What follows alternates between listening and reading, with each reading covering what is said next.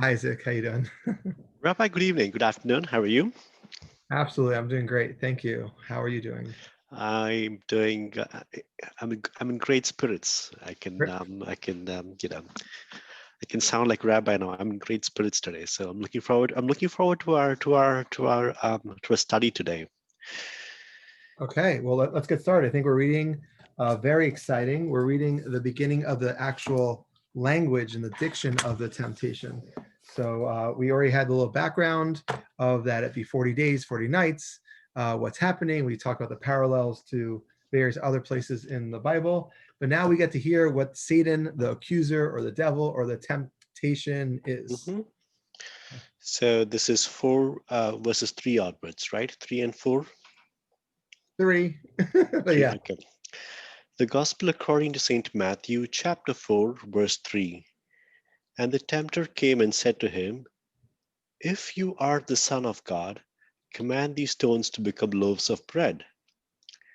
But he answered, it is written, "Man shall not live by bread alone, but by every word that comes from the mouth of God." Okay. Well, amazing. What we repeatedly see is that there's this idea of parables throughout. Nothing is kind of straightforward. It's really interesting. If Mhm. I had asked you, why can't Jesus just say, "I'm the Messiah.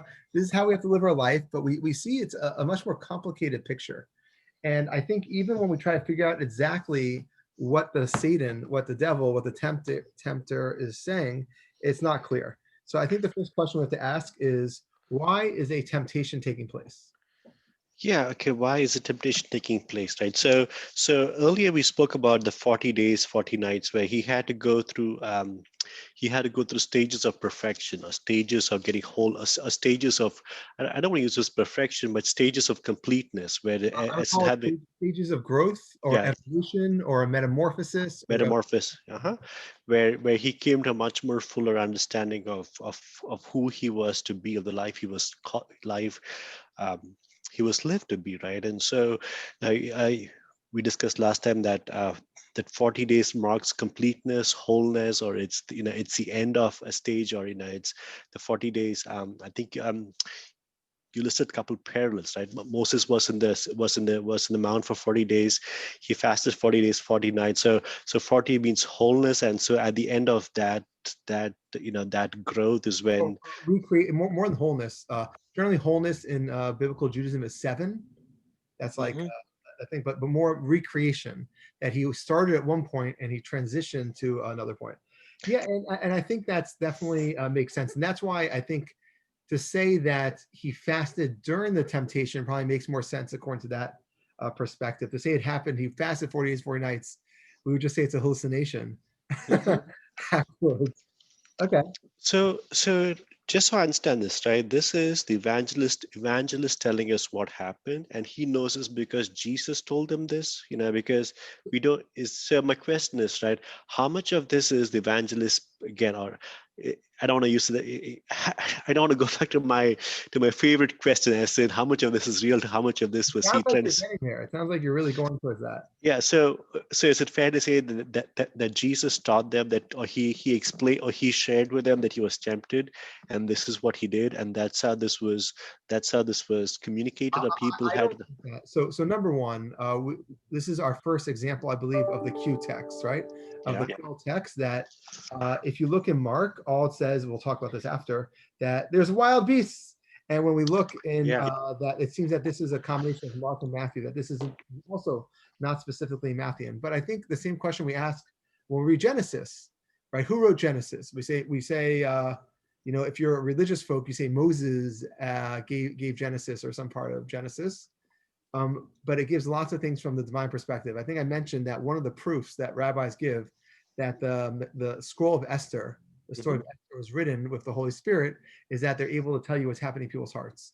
So I think we're just supposed to take this as at least eventually, as a sign of prophecy that this is a holy book, and Yeah. holy books magically appear sometimes. Okay, that makes complete sense. So, what you mentioned earlier, right? Mark has this thing called wild beast that gives a completely different connotation versus the way Matthew puts this, right? So, um, is should these two be looked apart, or should it even help to bring Mark into this to say, because Mark mentions about wild beast, and We that have to gives go you. with a completely different, again, like I think we have to, when we look at Mark 1:12 and 1:13, we have to really completely say that the temptation, which also says tempted Satan, period.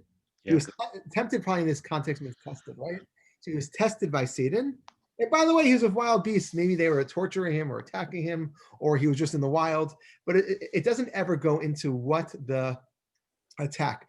Again, if it was up to me, I would say the mark, if the wild beasts are part of the Markian test, it's the fact that maybe Jesus felt that he couldn't die, that he was special, and these wild beasts were attacking him, and it was really trying to test um, his mortality.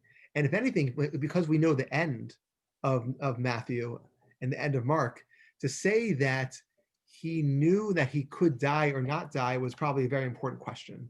You know, a lot of times when we think of messianic times, we think of everlasting life. Hmm. Even a Christian, I'm sure you read some of those novels where everyone disappears and they're flying and the plane crashes. Yeah, yeah, yeah. But I think they're always meant to have some form of everlasting life. And it looks like the temptation in Mark has to do with either he's attacked by wild beasts or is leaving wild beasts or his life was in danger and somehow. But okay, so that's probably Mark. Okay. Matthew is completely different. Yeah. Matthew, it's a conversation. It's meant to, and somehow increase doubt in Jesus's perspective. And if we accept John's attitude that the kingdom of heaven is an attitude that you have to have, and you're sinning by not having the attitude, if the devil could really just instill any doubt in Jesus' attitude towards the kingdom of heaven, then that would be a refutation of John the Baptist's attitude towards the kingdom of heaven. You have to be a complete believer. Believer. Yeah. So in Matthew, right, in 4:3, he says, and the tempter came. Right. And so is Matthew making the distinction that there was a point when the tempter was not there, like he was not, or he was, or like he didn't say, and the tempter said to him, right? It says, and the tempter came. It's a very close read, and I like it. Very good job. Thank you. So, and to add that it doesn't really, even in Luke, where it says the devil said to him, it doesn't have came. And the implication, like you're saying 100%, is that when he went to the desert, the devil was not there yet. The devil had to migrate from whatever his angelic position is into the desert. It was something that Jesus was already separated from the devil, and the devil had to come to him. It's good. It's a very good point. Okay, so if that is true, right, then we discussed these 40 days marks, 40 days of growth, and he was tested in those 40 days. It's not like he was tested as he was fasted. Like, do you see, like, is the author making a distinction between the temptations on verses 3 onwards to the temptations which Jesus had, prior to that, the 40 days he fasted? Like, were these We three? don't know, right? We We don't don't. know. The question that we had before, we had in 4:2, was are the 40 days and 40 nights overlapping with the temptation, or do they take place and then the temptation? I think most people say that they overlap. Um, and I think that makes a lot of sense, but it's not clear in the words.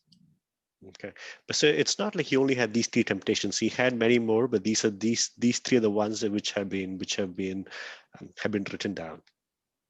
I don't know. Well, tell me what other, like in Abraham, Well, I mean, if he what are some other ones? yeah, like if he take the, if he agree, like if he say that these 40 days marks the stages of growth, right? I mean, growth happens when you have some, again, some kind of resistance, right? So I, that's I don't know the answer, because I feel like when we look at Moses, yeah. and I say it's before the way he had the revelation was 40 days, 40 nights. The way Elijah with 30 days, 40 nights. The flood, 40 days, 40 nights. I think the idea is that the person started somewhere and finished somewhere, but we really don't know what happened. Maybe this one question or several questions by the accuser, by the devil, was enough to really push him over the edge, to really come to a understanding of who he really was. Yeah. And this is what the devil's question really is, right? Who are you? Are you who you say you are? Do you understand who you are? Let's look at the question a little bit. So if you are son of God, so why would he think he's son of, why would Jesus think he's son of God or not think he's son of God? Why would Jesus, so the question is, why would Jesus think he's the son of God? Jesus would think he's the son of God because of the voice, because the proclamation made by God, or the So voice you of. want to say maybe his parents didn't tell him, or maybe his parents couldn't understand what happened. Who knows? But in 3:17, it says a voice came from heaven and said, "This is my son, the beloved whom I please." So I noted to you that the idea of a voice from heaven generally is viewed as not prophetic. It's really meant to tell the divine perspective, but you want to be a literalist about it, which is totally okay. Yeah, And then he yeah, heard it from God. He yeah. heard he heard the voice from God. So now he heard it, and now he has the angel saying, "Is it really true?" Yeah, because that makes sense. I mean, that's acceptable, right? It's not like, so if he had to grow, if he had stages of growth, then he gets this inspiration and he probably wrestled with it. Am I really the son of God? Am I not the son of God? And maybe the baptism is what gave him the assurance that this is, and now this is a climax of the temptation where the devil's saying, if you, Back. When we say he's son of God, what are the options? What could that literally mean? When I say son of God, like Isaac, are you a son of God? not in the sense of Jesus, like not in that sense, Well, but because we don't know when even when the gospel says that this is my son, the beloved of whom I am well pleased. We do know, for example, in Genesis in chapter 6, we have the idea that the Bnei Elohim, the sons of gods, saw the daughters of men, that they were fair. We know in other places, it mentions, for example, in Psalms book 2, we talk uh-huh. about the sons of God. The fact is, for the most part, sons of gods can mean angels. Sons of God can mean people from the Davidic dynasty, but sons of God could also mean people who are followers of the God movement. So we really don't really know what it means yet to even be a son of God I versus see. you're son of man. So can a person be a son of God and a son of man? I would say yes. Why not? So they're not opposites. So if they're not opposites, it's really hard for us to define what son of God means. Because you're taking it in the classic Christian sense. He's genetically, or you don't even mean genetically, right? We don't know what it means. You I, know, I don't know. When a Christian says he's son of God, what does it even mean? He's not really his genetic father. So what does it mean? I'm not even sure. okay, so let me. So what you're saying is any person, like you or I, anyone can be both the son of God and a son of man, because son of God is so broad, it's followers of God, and son of man is like we are like human beings, right? So you're saying that any person, any living person who's lived or is Well, it living, depends how you mean it, right? If son of God means it in the classic Christian sense, the way that you're saying, no, only one person can be son of God.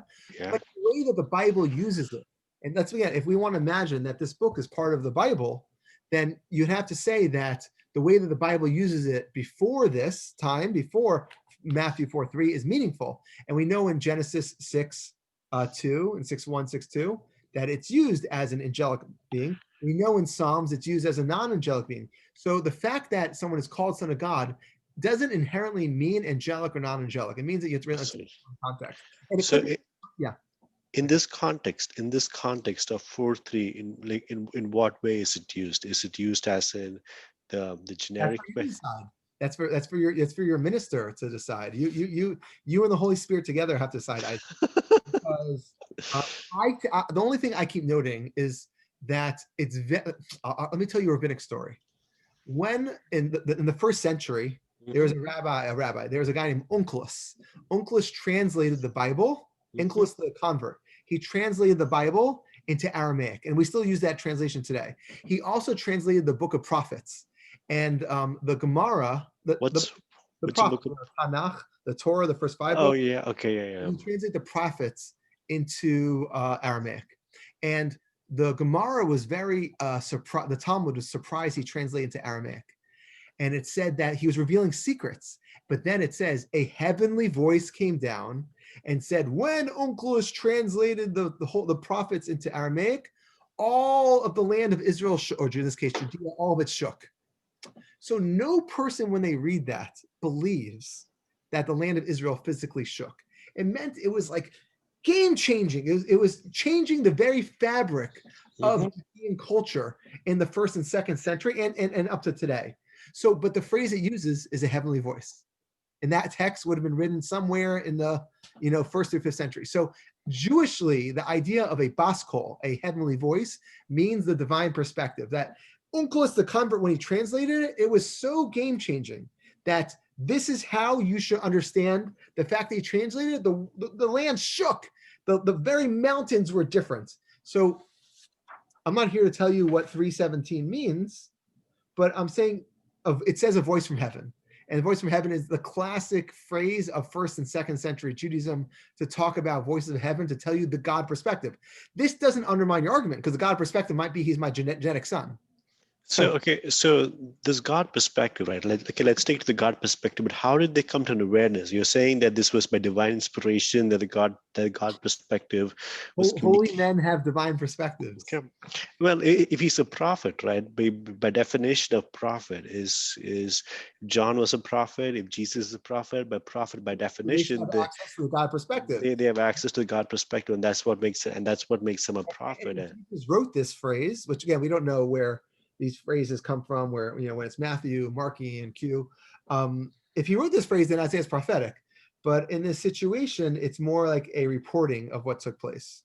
Okay. So who knows? Okay. So the actual question that the devil said to him is very interesting. Command these stones to become loaves of bread. So the first thing that we have to take note of, it doesn't say, it doesn't say transform, it doesn't say, do some magic. It says command. So Right. when it says command, what does the word command mean? Does it mean that Matthew, that the evangelist is saying that Jesus has to do a magic trick? As I mentioned before, Jesus, from a Jewish perspective, falls into the genre of magic trick doer. There's these people who are able to do magic, do miracles on the spot. While even though the time of miracles from a Jewish perspective is in the past, in the time of the Tanakh, in the time of the Bible, nonetheless, in the 1st century, from our stories, we know that the most famous one is Onias, or Oni, the circle maker, that he was able to make it rain on command, which is one of the greatest miracles in a place where it's a desert. So Jesus is one of the genre of miracle worker. He has many genres. I'm not saying this is the exclusion of others, but he's the genre of miracle worker. So Jesus says, do one of your miracles. Sorry, the devil says, do one of your miracles. But how does the miracle work? Is Jesus being commanded to tell God to do a miracle, or is Jesus being commanded to do a miracle himself? So would he have done miracles before? Right. So we really don't have enough information. I would say Jesus is a miracle worker, but to say this is the first miracle he ever did, I have no problem with that. We really don't have a context. We don't know. So the question becomes, right? So if the devil says him to do this thing, he doesn't doubt his power to do it, right? In his response, so command in this context, right? Which means that he's probably done miracles before. I don't have an opinion. I feel like, so there's really no way to know. But what if I said the only reason the Magi were able to follow the Eastern Star, the only reason all these miracles happen is because Jesus is around, according to Matthew. I feel there's an idea of miracles happening because of Jesus more so in this time period. But did Jesus do a miracle before this? I don't think we don't have enough information. Okay. And so he's saying, if you are the Son of God, command, do your miracle power and command these stones to become loaves of bread. And so what he's saying is within classical Judaism, or in 1st century Judaism, this is, he had to command God or some divine power to convert. Other option is it's just using the word command, because when we're told that Moses is supposed to, the other famous stone story is that Moses was told to speak to the rock, and then he hit the rock, and the rock was able to have water go out. And one of the reasons he didn't go into the land of Canaan is because he hit the rock and didn't speak to the rock. So Moses also had this interaction with a rock in order to have a miracle take place. And it looks like the devil's telling him to also be this kind of new Moses and also do a miracle with a rock. Do you see any connections between this and Genesis 1? In the creation story, it says, and God said, let there be light, and God said, right? So, and God, so do you see any connection between Genesis 1 and 2 and this, where command, as he's saying, you have to verbally say something for this stone to become bread? Is that? I have no problem saying that. I think so. Usually it doesn't say the word command, it says said in Genesis 1-2, but I have no problem saying that. If you want to say that the devil was trying to say, do you have creative powers like Genesis 1 and 2? That's a beautiful idea. I have no problem saying it. That the Hebrew or Greek doesn't match up perfectly, because it's Greek versus say. It says, Vayomer Hashem, God said, let there be light. It doesn't say God commanded.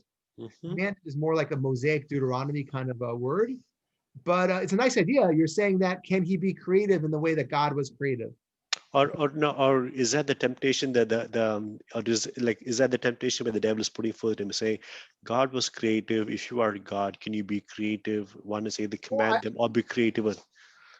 so I don't know, but to say that he right now, there's at least again from the textual perspective, there's no sense that he's God yet.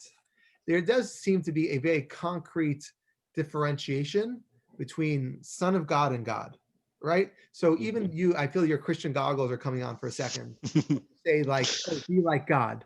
I'm not sure there's any expectation, even the Matthew community in this text, for him to be like God as much as be like the Son of God. And the Son of God just might be Davidic and holy and miracle worker. With other place that we see a rock take place, which I think is a really important point, is we see in Matthew, it says that in 3:7, 3:9. Do not presume to say to yourself, we have Abraham as our ancestor, for I tell you, God is able from these stones to raise up children to Abraham. And what we see in that case is that the assumption of John, which is really amazing how this linked to John, John is that God can make things out of stones. Moses can make things out of stones, but God specifically, in this case, it's almost unnecessary to say stones there. God is able from these stones, from nothing, from junk, to turn children, to raise up children Abraham. So I think we're definitely supposed to think of that verse when we see this, that if God can make children out of stones, can you at least make some bread? Come on, it's nothing. He's able to make people, bread. So I think we're definitely supposed to see that parable. So in some way, what he's saying is, if you are the Son of God, can you do even the simplest miracle of all miracles, the simplest, God which is can make a whole nation out of stone. yeah. And so if you are, can you at least do so? It's an insult to him, right? It's insulting him to say, if you're the Son of God, can you even do this simple thing? Yeah, I don't. Again, like I don't. Yeah, I don't know the word is insult or calling him out. Right? Come on, at least do that. And the other thing that we have to take note of is, of all the things he could have turned it into, turn into other people, turn into bread. And I think this is definitely has to do, from my way to understand this, it has to do with the fact that in the story of Luke and Matthew, it says that he was famished, he was hungry. Yeah. And I think that it's very important that Mark leaves out the fact that he was hungry, and in Matthew it keeps that he's hungry. He was hungry. I think that when we talk about Moses being on top of the mountain for 40 days and 40 nights, there's never a sense he's hungry. Hunger is for people. Angelic people are completely, they don't need sex, they don't need the bathroom, they don't need food, they don't need water. Moses was never hungry. The fact that Jesus is hungry. So when you say Moses was, what do you mean Moses was never hungry? Moses was up there 40 days and hungry, 40 nights. And never does a verse say, oh, by the way, he was freaking starving. The fact that Matthew goes out of his way to listen, it's not even in Mark. That's the words that are added from Mark that says he was hungry. That becomes an integral part of the narrative. And I think the whole point of the temptation is saying that the test is saying that, like, if you want to separate yourself from 40 days, 40 nights, he is still so human that he was famished, so much so that some academics say he ate the little things in the desert, just like John ate little things in the wilderness. So to Jesus, and that maybe is part of the definition of fasting as opposed to a Jewish definition.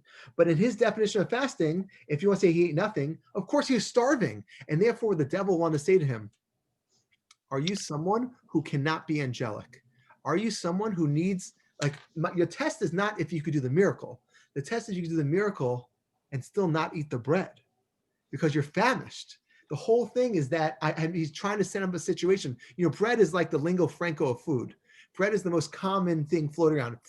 Like an apple was like nice, but bread is a meal. Was he able to be satiated? Was he able to be fed by the stone? Was he able to change reality, Jesus, to serve himself? And I think that's the test is that, will he start doing miracles? So if he did the miracle, he failed. And if he didn't do the miracle, he failed. Because if he did the miracle, then he would have had to eat the food or thought to eat the food, and that meant failure, saying he can't be angelic. And if he failed the test, then the devil would have said, "Huh, you can't do it." So there's this phrase in Hebrew called "mamanashach." Either way, you're screwed. And there's a question in Buddhist culture called "mu." Have you heard the phrase "mu" before? Mu means like if you do there's no way to answer the question. The most famous way is like, are you going to rape your wife again? So if you say no, that implies that you raped your wife. If you say yes, that means you're going to. So some people say, you never hear courts, sometimes they'll say yes or say no. So whenever someone says say yes or say no, they're setting you up. Because in life is not about yes or no. So I feel the devil. So what stands out in this on the on discussion is Jesus was able to see or pave a third option of answering the devil, right? Like So you he, want that's tomorrow, but oh, yeah, yeah, third option. okay, yeah, yeah. I mean, so we discussed 3 and 4. So it's like he cannot say yes. If he says, if he converts it, he's saying, can you convert these stones to satisfy needs? If he says no, it's like, I mean, can you not My even? interpretation. It could be that he could have just done the miracle. And listen, I don't know. I feel miracle workers don't want to just like, ooh, look at my miracles. People don't want So to be told. so when we use the miracle worker, is that something metaphysically different about them, or is that they just claim some divine power which flows through them? Like, what does it mean by miracle? Like, does a miracle worker have complete power over that, over that aspect of them? Right? Like, So again, I'm so I don't know. There's two different kinds of miracle workers, right? There's the genre of miracle worker, which I'm saying existed in first and second century, but then you have the biblical miracle worker. Moses obviously was able to do bigger miracles than Daniel, than not Daniel, than Ezra, than other prophets. And you definitely see that there's some correlation between the quality of the prophet and the quality of the miracle. But in the New Testament, in the first and second century storytelling, I believe that we see that the miracle worker could kind of do anything because they're holy and they have a relationship with God. It's not necessarily like, I think a miracle worker doesn't necessarily even have to be a prophet. It should be someone who could augment the fabric of reality and change the physical world to fit the needs of something. So again, it's interesting. I don't know. A lot of times, have you ever heard that Abraham, when he didn't okay. So sacrifice? so you're saying somebody can be a prophet, so someone can be a miracle worker, not be a prophet, and someone can be a prophet, and but if someone is a prophet, are they also miracle worker by definition? I don't think by definition, no. Unless you want to see prophecy as a miracle, which you could say that too. It's really interesting that if we're right, and this is like an MU kind of conversation, that there's no right and no wrong, this is the ultimate kind of test, right? What kind of test do you expect at a devil? Have you ever seen the Stephen King novel about, the one about where the devil comes and even when you get the thing you want, you still fail? I'm not aware of it. So I'll have they to look also it have up. this. They also have this in Rick and Morty, where you have the idea. It's called needful things, where Huh. the devil gives you a miracle. Like the example is, he gives you a spray that you're attracted, that all women are attracted to you, but then makes you you can't have an erection. So you'll have the situation where, no, I'm saying, so you have the situation. It's like ironic punishments. Uh-huh. So in this situation, the devil's kind of acting like the way that Stephen King has in Needful Things, according to our interpretation, that either way Jesus would have acted, it would have been a failure. And that's the ultimate test, right? Yeah, that's right. I mean, well, I had not thought about this before, where he did. And can we discuss verse 4 today? Can we, or No, just, so, fine text, Isaac. no, no, so, right. So he's given these two options, and neither of those work. And then from out of nowhere, he quotes this verse, right? So he quotes a verse. Let me put it this way. There are so many verses in the Old Testament or in the Bible, right? Was it customary of people to memorize the entire Bible that they could quote verses from out of thin air? It Or was very common for preachers to memorize important verses to say during their preachings. so Did they you say, memorize the whole thing? Not in the way that Muslims do today, but there definitely was a sense that verses were memorized. so you're saying, okay, so what about this particular verse? Is there something special about this verse within Judaism that he had memorized this verse and was able to quote this just instantaneously? Now, within Christianity, we have all these verses like, God is good, God is love, blah, blah, blah. Um, I mean, there are quite a few. I'm probably blinking them. Is there something unique about this verse that he was able to, so use this verse to pave a third option as an answer? It's neither yes nor no, but here's my answer to. Okay, so for let's read the verse from Deuteronomy 8:3 says, and he humbled you and suffered you to hunger and fed you with manna, which you did not know, neither did your fathers know, that he might make thee know that man does not live by bread alone, but by every word that proceeds out of the mouth of the Lord does man live. So first of all, this is not the whole verse.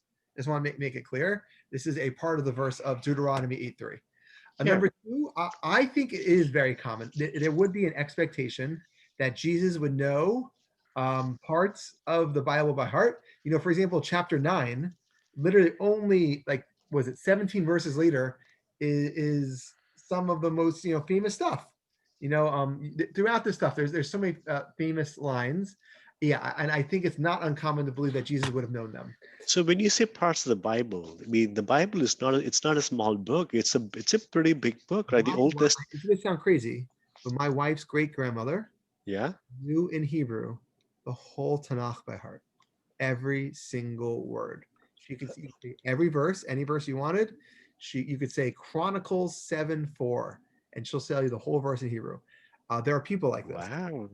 She's dead, but this is something that she could do. And I think again the way that Muslims study in schools early on today is that they have memorizing of verses, and the way that there's actually a sect, not sect. There's an elementary school in Brooklyn that does this. That they try not to teach you the meaning of text.